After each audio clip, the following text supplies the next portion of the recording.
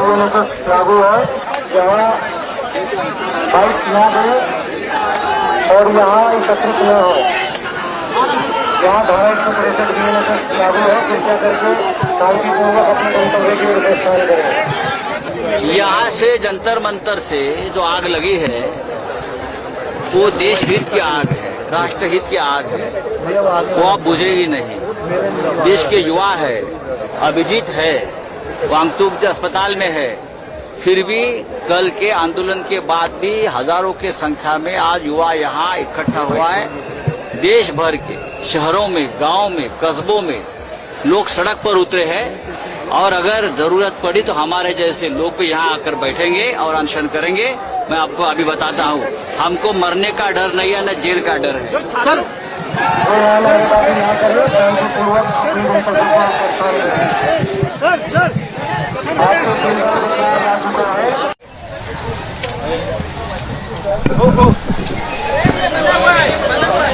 ऐका, मी तुम्हाला live view चालू करून देतो माझ्या मोबाईलचा.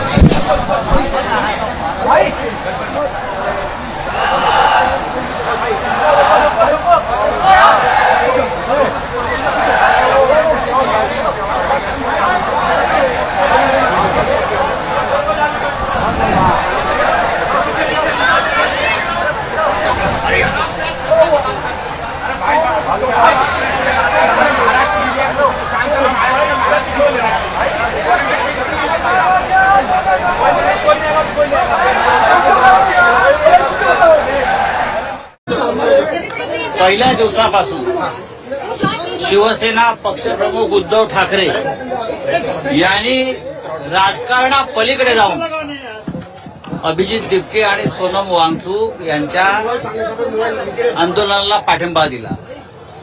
सगळ्यात शिवाई पार्कला जी परवा एक रॅली घेतली तरुणांची, ती अक्षरशः डोळे दिपवणारी होती. काल सुद्धा मुंबईत मोठ्या प्रमाणामध्ये तरुण जमले. पुण्यामध्ये, नागपूरला, देशाच्या कानाकोपऱ्यामध्ये या ठिणग्या पडताना दिसत आहेत. एक लक्षात घ्या, काल जो प्रकार दिल्लीच्या रस्त्यावर झाला तो हुकुमशाहीलाही लाजवणारा होता. संध्याकाळी काल मी इथे येऊन गेलो, इथे सामसूम होती, हे मंडप सुद्धा काढला होता, स्टेज तोडला होता, माईक तोडला होता. आज परत या मुलांनी सगळ्यांनी हे उभं केलंय.